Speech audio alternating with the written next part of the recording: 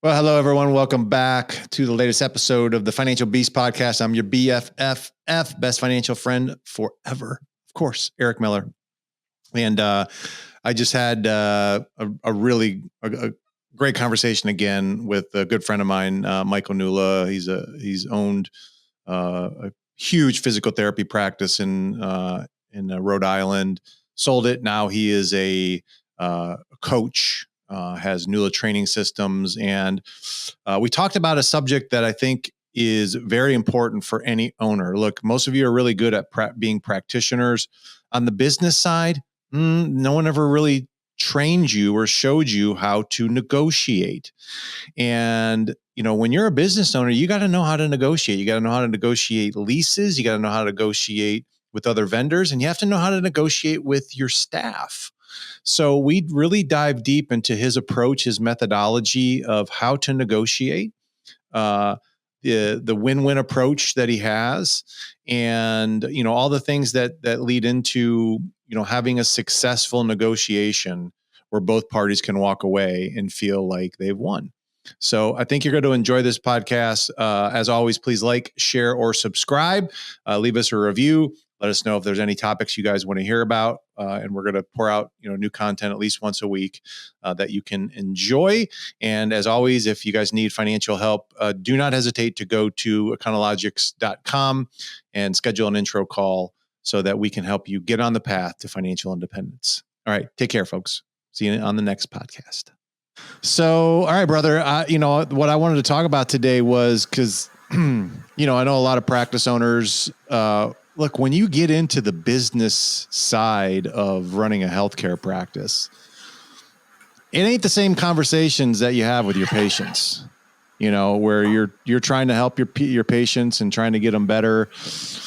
When you're dealing on the business side, you're talking about dealing with like landlords and vendors and employees, and they're different conversations. So I wanted to kind of dig deep because I always was very admirable, whatever the term is, about how well I thought you negotiated with people and the tactics that you had and your methodology. And I wanted just dig deeper on what that looked like, what your thought process is when you're negotiating, because I think that'd be helpful to a lot of practice owners that no one ever trains you how to be a good negotiator.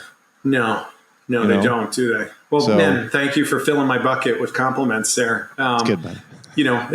I'd say is thank you for that compliment. And it's one of those things that developed over time, right? Mm-hmm. But then started to dial in an approach, an approach always leads with connectivity. I want to connect with who I'm doing business with. I want to find a connection, right? But then I think going into all these things, we should be asking ourselves as practice owners is what's the purpose of wanting to go and get a lease, whether this is our first location or maybe this is an added location. What's the purpose here of this? And does this fit then, the bigger overarching plan and strategy and vision of what I'm planning here with the practice? Then to go a little bit deeper, I think it's nice to know too, going into what's the main objective, that I'm trying to accomplish, So for me, with any and all leases, the objective is to score a sweet lease. Why? Yeah. Because we're in a fixed reimbursement environment, and quite frankly, an environment where there's cuts also.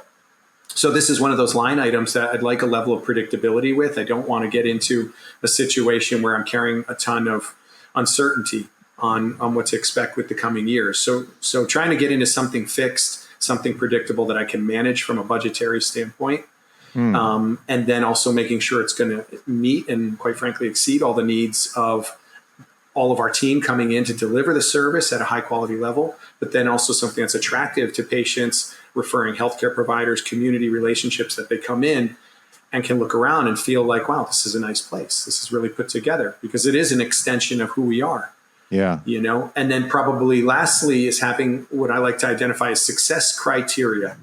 Like these are the musts, whether they're the must have or the like for sure don't want to haves. And I think that's really an important thing to do as a practice owner is map that out. And it's a work in progress, probably with each opportunity, so that it's consistent with our vision. And and we're maintaining a level of integrity going into these, so that we're not feeling like this is the only deal and only opportunity that's ever going to present itself. But rather, listen, opportunities come and go. Let's just make sure it's consistent with what we define as successful and good opportunity for us, because we want to build a practice and a business that we love. You don't want to build a practice and a business that you grow to hate. True that. So, we talked a lot to practice owners, obviously, about owning their location, and I've seen it work both ways, where you didn't own the building that you're in. I think long term, would that be awesome? Yeah, I think there's probably some things that restrict that from occurring. Because you had over 10 locations, I think it's at some point in time, or 15. 15 locations. You didn't own one of the buildings, did you? Just one. Well, just one. And it was in partnership with 3 other owners. Yeah. So what was your thought process about leasing versus trying to own? Was it just the demographics, or what was that? Yeah, my mindset always was generating enough revenue to set up an account that I could have as reserve, and then I could allocate towards growth. And so managing that capital, I wanted to put it back into scaling physical therapy enterprise versus taking it and putting it into real estate. And that was kind of the focus. I was very hyper focused on all things reinvesting in the practice. As time went on, looking to diversify investments, I looked at real estate, and I didn't really feel like I had to just only look at commercial real estate that we resided in. I was exploring also residential real estate. So I'd probably remind the practice owner, like, great when you get to a point that you feel like, for your reasons, right, the right purpose and objectives and success criteria, you want to have real estate in your portfolio. But I'd invite them to remind them, you don't have to be fixed to, like, it has to be where you reside in your practice to get those benefits. Yes, right? For sure. So, and then when you found now, when you knew you were going to expand into an area, what was your thought process there? Like, what led to you picking a location? So now we're getting a little bit into my success criteria. Yeah. So in no particular order, tops on the list, I like having a good relationship with whoever's the landlord or the property manager. I want to feel like, much like when we're interviewing candidates to come work with us, at the end of the day, we're going to have a working relationship. So I'm not saying they have to be like maybe perfect, like what we'd call as the excellent candidate to come work in our company, but there should be enough alignment where we can establish, like, okay, this is going to be a nice, healthy working relationship. Then there's terms of the lease, that I'm thinking about, always going into what I consider consistent with budget. That's going to support the budget. Knowing how much square footage I need, trying to predict and anticipate how large do I think we're going to grow with this location, and not be in a hurry to take on more space than I need. So in those instances, I like a building where I know I could knock down a wall. Maybe that's a suite next door. So looking for that kind of potential, so that I don't have to take all the risk and liability of grabbing more space than I need in the beginning. Now, if I think we're going to hit the ground running and we're going to fill the space rather quickly, I want to be, strategic with how much space we start with. I don't want to outgrow it in 12 months. That wouldn't be responsible. But what's something that I feel like I could have enough room to grow, stretch into over the next 3 to 5 years? That's a good way to look at it. And then, but to have those options in the building would be ideal. Okay, great. So kind of at a 3 to 5 year time horizon when you're thinking about the space, the size of the space. Obviously, the area was important to you. Location, absolutely. Good location. Is there visibility? Will we be able to have signage that is noticeable? Being sensitive to the vision impaired. I don't want it so small that no one can see it. So, something that it's large enough that people can see it. Is the property well maintained? So we could have the most beautiful space inside, but whoever's managing the property, is it all grown in, from the way they're keeping their landscape? Is the building well kept? Or is it falling apart? How's the parking lot? Is there big potholes and cracks and things that aren't kind to our cars? Is it a safe area, or is it Shadyville that you're inviting your patients to park their cars and come in, coming into your establishment? Shadyville. That's good. What's in proximity? Are there potential referral sources? Not just medical, other relationships that we could have in proximity, right? So that we're making it convenient and accessible. By the way, this is a good checklist for people that own their own property to make sure that they're taking care of it, because who wants to rent in a place that's in Shadyville or looks terrible or has a bad parking lot? So that's an excellent list. Okay, good. So then, all right. So then when do you start having the conversation with the landlord generally? Yeah. So as kind of the preliminary success criteria check out, then it's time to sit down. And I like to lead with what are their expectations? Like what are their expected terms, or let them lead it first before you're quick to come in and name what you want, because you might be pleasantly surprised, but at least now you've got something in front of you that then you can coordinate your negotiation from. And then it's always helpful to be able to get the terms you want by sharing what the value is that you bring to the building. So I always like to communicate, like, you're not just going to get a good tenant. We're a group that's also bringing goodwill to the community. We're a bunch of do-gooders here. We're here to help society move better, feel better, live more active, healthy lives.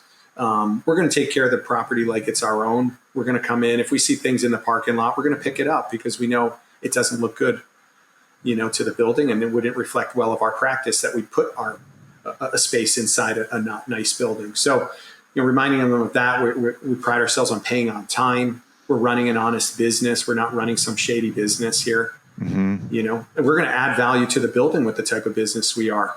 It's going to attract other tenants because we're a stand-up business doing a stand-up service. I love all that. So you went in there kind of almost selling your business or giving them the vision and the purpose of the business and how that's going to benefit them as, for their business. That's right. Because, to say, go back to earlier, I'm committed to a nice, healthy relationship here, and good relationships are win-win. We have to be honest as practice owners. It can't be all about us getting the sweet deal and then the landlord gets the bumming deal. We need this to be a win-win, and that's going to actually help to mature a really healthy relationship that will want to continue to renew our leases. And if they have other properties in their portfolio, maybe this opens up to other location ideas. And we had success with that too. We had a couple landlords that we were able to open up another location through. And it was great because we were already grooved in with a nice working relationship, knew what to expect. The terms, it was kind of like plug and play. Like, hey, could we do a similar and comparable terms and arrangement like we did with so-and-so clinic? Yeah, that's excellent. Now, when you started getting into the term discussion, did you bring them up the terms? Did you have them bring up what they wanted in terms? How did you kind of navigate that? I like them to lead with the terms. Okay. So it's kind of the ask. Like, so what is this listed at right now? What is your terms that you're asking for? And let it start there before we're into negotiation. And then somewhere in there, if I haven't mentioned, I like getting a reference or two of some existing tenants so that I can just ask, like, hey, what's it like having your business here? How attentive is the landlord or property manager to your needs? Like if there is a leak or there's some sort of issue in the suite or in the common areas, are they attentive to that? How are they managing the property? Have you ever had an issue or a disagreement with the landlord? How is that resolved? Is your relationship still good since then? Or has it been awkward ever since? I'm trying to get an idea of what to expect, how this relationship's going to work, because, my experience, things will come up in the space. Yes, there will be some issue. Water will come into the space, or something will malfunction. Something will need maintenance, upkeep. We can, if we're honest at what it's like having a home. Yeah, things do come up, right? So how are they to respond to that? Because that's the whole value point too of renting, is that you can pick up the phone or have someone delegated in your practice to pick up the phone and get that taken care of without you having to come off the line from running your business. which kind of leads into, did you have an idea of what you wanted the terms to be, like the length of the lease when you went in there? I mean, was it generally a 5-year, 3-year? What did you have? Yeah, I like the 5-year leases. I like also pre-negotiating extension clauses, which then we talk about either 6 or 12 months before it's time to renew, whether we want to move forward on the extension or not. And so that's a nice way to continue to have your favorable terms in there. I like having a rent that's going to be consistent with a budget kind of range I'm comfortable in. Yeah. Right. You can look at comps to help you out with that. And then, why pay the most on the highest end of that range if you know that you can live somewhere in the middle or lower. And so try to speak to that and be able to have that data. Like, I pulled the comps. Here's what seems to be the going rate for like buildings. That's if you need to pull that card, right? Yeah. I like also, if possible, getting a little break in some way, in the form of having the suite prepared for us at the landlord's expense. That's an awesome arrangement. I see a lot of times the tenant take on the responsibility of that build out, and now they've got to be a project manager. They need to coordinate contractors. They have to be available for the inspections. All this stuff takes time, and it takes away from running your physical therapy practice. So I really like finding arrangements where landlord's going to take care of the whole build out, and ideally on their dime. Sometimes they'll provide an allowance. I don't mind going down that road if I've tried to exhaust them picking it up altogether. I'd like to think there's usually enough inventory that, if everything else is sorted out, they'll work with us. Yeah. And then if you can get a break anywhere with like maybe first month's rent, or maybe like over the first 2 to 3 months, have a percentage of the rent reduced, letting them know that we need to ramp things up, and that would help offset some of the startup costs. Did you just originate that? Did you just ask for these things? I mean, I'm sure that most of them aren't going to just volunteer. Oh yeah, Mike, we'll take care of the build out for you, and we'll give you, for the first month's free. That's right. These are all things you have to ask. Yeah, that's right. Because if you don't ask, you don't know, and if you don't ask, it's a no, right? Yeah. I mean, what's the Michael Jordan quote? You miss 100% of the shots you never take. Or is that Wayne Gretzky? I think it's Wayne Gretzky, but either way, yeah. I mean, let's ask for it. Let's take the shot, right? Yep. The worst they'll say is no. And then you need to be prepared, like, to try to negotiate in there. Like, okay, I understand. Would you be willing? I like asking permission. I don't like coming in there demanding anything. I'm trying to establish a relationship that's win-win. Yeah. So again, just like we do effectively with our patients, spend a lot of time on the front end, first establishing a rapport, a relationship, a level of connectivity. Then once that's qualified, then we can move to like trying to explore if we can do business together. Did you ever just turn down someone when you went to go see it because there were red flags that you saw?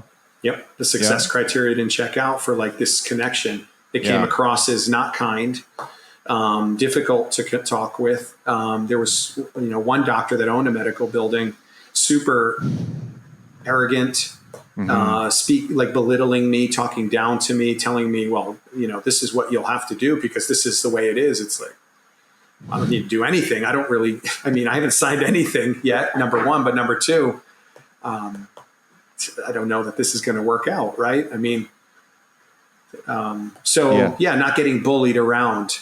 I can't emphasize enough. We can't go into these deals thinking there's a scarcity out there and that there's no inventory and nowhere that we can have another opportunity. Especially now. Yeah. No matter what the climate is, there's always the right opportunity. You have to just, you have to be honest and hold yourself to that, or else you'll get yourself in a not good deal and a not good arrangement. And there's nothing more like disruptive than having a landlord or a property manager that is, they're not attentive. They don't take care of the property. You're calling once, twice, 100 times. They don't get back to you. It's not healthy, and it speaks ill of your business because patients will come in and they'll notice these imperfections, right? If there's like some sort of leak in the common area, or something's reeking, like is oozing through the parking lot that hasn't been attended to yet. I mean, it doesn't look good on our part, Did you review all the lease agreements yourself? Did you have an attorney review them? What did you want to make sure that you really were crystal clear on what your responsibilities were as a tenant and what the landlord's responsibilities were? And That's right. What were some of those things you wanted to make sure were not your responsibility? Right. So, now we're into like the basic terms, right? Mm-hmm. I really love the all-inclusive rents. They're hard to do. They're not impossible. It depends on, what state you're in and location. But, to get a fixed rent is really ideal because the traditional rent is something called triple net. And you're basically paying your prorated share towards, maintenance, taxes, et cetera. So to have just sort of like a fixed rent is quite ideal. And I usually like to try to start there. But yeah, I'm looking for things like on the preliminary that I'll recognize, like, will I have permission to put signage, right? Mm-hmm. Obviously, it's at the approval of the landlord, but it's within the specs consistent with the other tenants. I'm interested in a non-compete. I don't want to see another like physical therapy business coming in there and competing with us. Yeah. So that's an important term that I'm looking for. I'm looking for what we kind of at face value talked about, whether the landlord's going to cover some or all of the build out, the length of the lease, the amount, extension clause, at which point, if all of that's in there, then it's ready to shoot it to the attorney. Okay. And with the attorney, that's just a good diligence step. We need, need to recognize that sometimes there's some language in there that may not be supporting our interests, and we need to be aware of it. One thing in particular is something called the personal guarantee. It's not just another signature line. That basically says that you personally, if your practice goes down or closes or other, if for whatever reason the rent's not paid, you're personally going to guarantee it out of your personal assets. So we need to recognize that. I'm not a fan of having that in there, and I really am reluctant to sign that. But quite frankly, if everything else is all checks out, I'm not going to let that be the deal breaker. Mm-hmm. But I'm really going to try not to have a ton of leases that have the personal guarantee if I can help it. Did that go away the more practices that you had generally because they saw that you were pretty successful and you knew what you were doing at that point? Yeah, they usually want to see some sort of proof that you're in good shape. So that's something either or, the accountant and the financial advisor produce a letter that basically says like this, my client's in good shape. They have the means and capability to pay and fulfill their obligation of the lease. Yeah. Something to verify that. That's usually enough. But when you're an early business, you might have to bite the bullet. You might have to bite the bullet unless they're willing to take a chance on a new business. But, you have to appreciate they're trying to cover their bases. They can't stand to have someone in there that's not paying the rent. And then if said person doesn't work out with their business, now they're stuck with the space not occupied. And how many people did they pass over that they could have put in there, but they didn't because you were in there?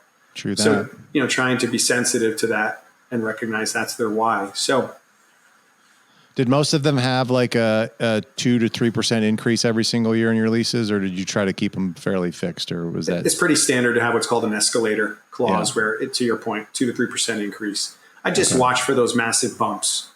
Double-digit bumps that's pretty significant. So you might want to negotiate that down.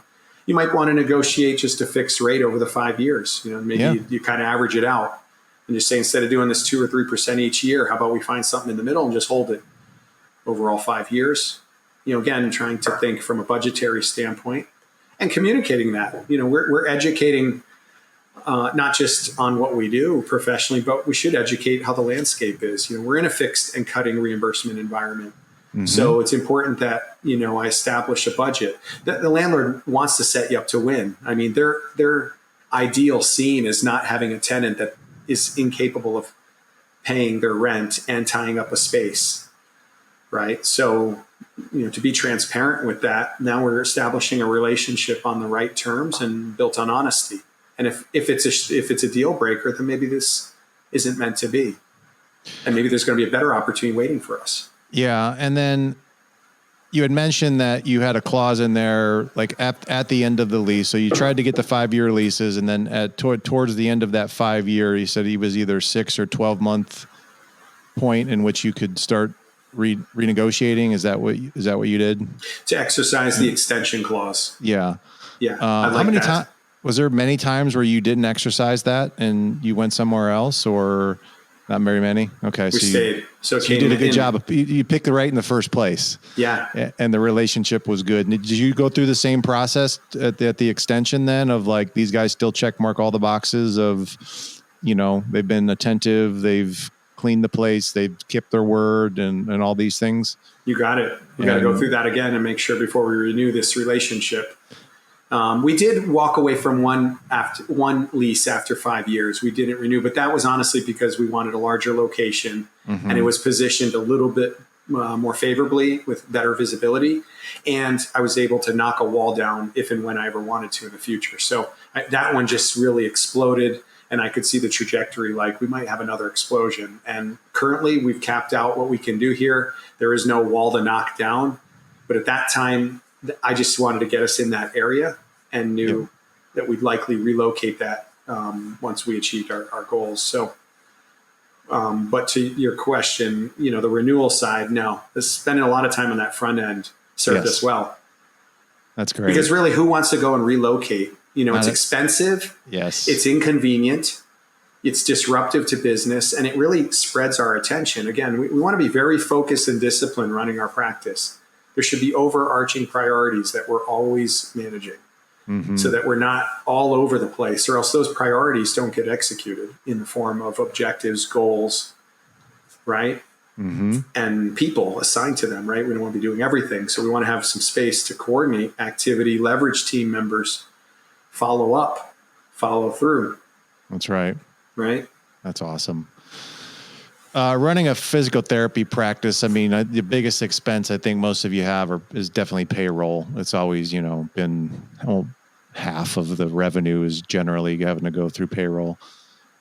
Dealing with other vendors, though, did you use the same approach when you're negotiating with other vendors that you had to work with that you did with the landlord? Was there just like a success criteria that you had for, that's just blanket for all your vendors then that you had? That's right. Okay. Yeah. So places that we order product, right? Furniture, fixtures. Sure. And the idea over time was, getting team members to be able to manage those relationships with the same kind of approach and mindset. Yeah. Relationship first, then business, right? Because then we can go to them and we can be like, hey, Eric, listen, man, we're looking at the price list now as we're getting ready for 2025. We've got some people knocking on our door and they're offering 5 to 10% better with all our products here if we go with them. We want to stay with you. I'll send you their proposals. I'm not trying to hide anything. Is there anything that you and your camp can do here to sharpen your pencil? We don't want to go elsewhere. We like working with you. So it's like giving them a fair opportunity. And if you have that rapport, they're going to go to bat for you if they can. If they can't, then you need to decide is a 5% savings with that example worth it to change a relationship? And most of the time it's not. Yeah. Because of all the intangibles you get by having a solid relationship. How often would you look at some of your vendors though? Like, is there a time frame? Like, are you looking at them every single year, or some you're looking at maybe a 2 or 3 year period? Like, what's the frequency of that? Yeah, I think a nice action is every year you're looking at where you're spending money. Yeah. So if vendors fall on that list, you have to look at what you're spending. And once you have things dialed in, have a pulse out there, RFP, request for proposal.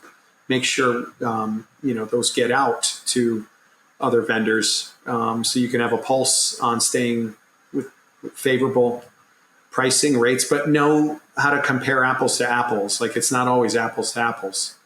Some vendors that it's more like apples to oranges. Like, okay, yeah, well, there's a savings, but now we don't get A, B, and C that we're used to. So, your role as the CEO obviously took up an awful lot of your time, and when you have to deal with vendors, it can be a very a time-sucking event. Did you just have people on your team say, "I need you to collect the data"? But then you obviously analyzed it, and is that how you did it a lot of the time? That's exactly it. And I would invite them to make their recommendation too. So there's a level of ownership that they take on since it's part of their position. Yeah. So for the longest time we had our vice president of administration leading with that, And then over time, as we grew, we actually were able to create a position in facilities. So that was his responsibility to take a look at the vendors. And yeah, would bring then the data, bring his recommendation. Sometimes let's stay. Sometimes he's recommending, I think we might want to make a change, Yeah. That's great. But we'd always give the vendor a fair chance. Because that's how we would want to be treated. It's like treating others the way you want to be treated. It's like, if there's a chance and a way they could make that happen, they have a right to do that. Right. Yeah. Give them the chance. Yeah, I think you definitely have a right approach. I would see a lot of people when they negotiate, they just go in there, okay, we found someone cheaper, can you match it? And that's it. I mean, they just do it kind of hardcore, and it's like, I don't know that's going to promote a very good willingness on the part of the vendor to really want to go over and above for you. That's right. If that's the case. Yeah, because we're not being win-win. That's right. We need to be win-win with this kind of stuff. And also, let's be mindful to approach people the way we want to approach, because if we're like, we get the kind of communication we put out there, right? So like, if we don't want to receive that type of communication or approach, whether it's a vendor or a team member, et cetera, a referring doctor, then don't do that to others. Yes. So yeah, it's a good message. Yeah. And then I think the last negotiation part really is employees, because sometimes you do have to negotiate with employees, and we'll probably go back to it. I'm sure you had success criteria for each employee as well, or a scorecard or something like that would that you use in an evaluation process. But take me through that. I mean, it's like, someone comes to you and says, Mike, I want a $2 an hour raise. Like, what's your first communication back to them? Because I'm sure it happened. Sure. Yeah. Well, I will always thank people for coming to us directly, right? Mm-hmm. And again, it's an opportunity. It's like, well, thanks, Eric, for coming to me with that. I appreciate you sharing that with me. Yeah. Right. I'm not going to make them feel wrong for coming to me because this is the right terminal. If in fact I'm the one that's sort of in charge of raises, right? Yep. And compensation. So if I wasn't, then I'd still thank them and say, have you spoken to so-and-so who handles that? Yes. But aside from that is having a policy that's clear too with how we handle increases in wages, and where it's tied to like perhaps an anniversary review every year, based on performance, So that way, instead of having 50 people come at you at random times, asking you for raises, you guys had a policy of, look, if it's okay to ask, but here is the route or the guidelines in doing that. Yeah. Yep. And having it pretty clear, like how that increase goes, the time frame, the range in which it's organized, consistent with performance. So if it's like a 2 to 4% increase that people are eligible for each year, or 5% for just exceptional performance, and that's awarded each year, and that's spelled out, right?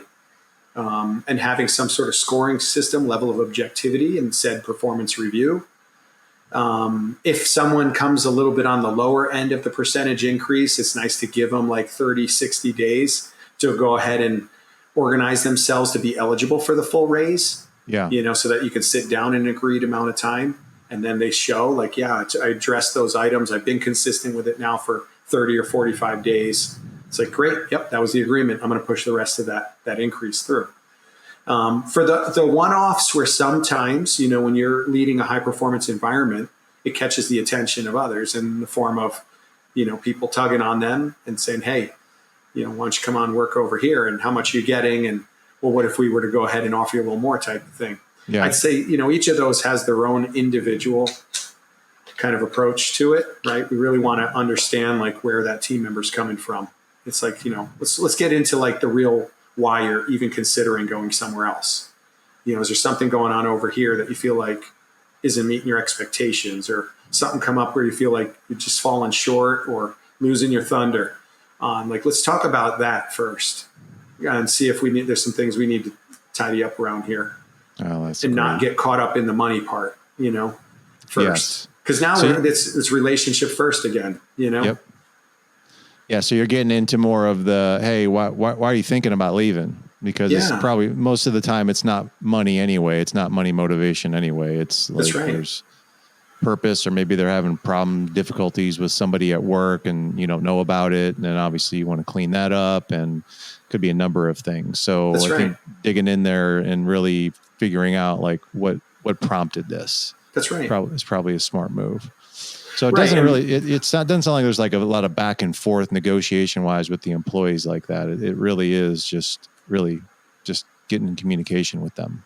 That's it. You know, and if you flush all that out and there's nothing else going on there, and this is truly like some other opportunity, if you feel like you want to make a counter in the form of keeping them, presuming there's nothing else going on, and this is in fact a team member that you really want to keep on your team, and that's what it's going to take for them to stay on it, I usually like to show a path. It's like, well, listen, you're going to get there in 3 more months at your review, you know, so would it be helpful if we just move up your review to now, and then we'll change the review schedule? Or maybe there's like a career path interest. It's like, well, you know, I get it, but you know, remember we're opening another location like next year. I didn't even realize you want to be considered for that position in leadership, which would, you know, support that increase. You know, if you want to be considered, why don't we work together on a career path plan and talk about the qualification criteria and get you putting your name in the hat here to be considered. Maybe there's still something here you haven't finished exploring,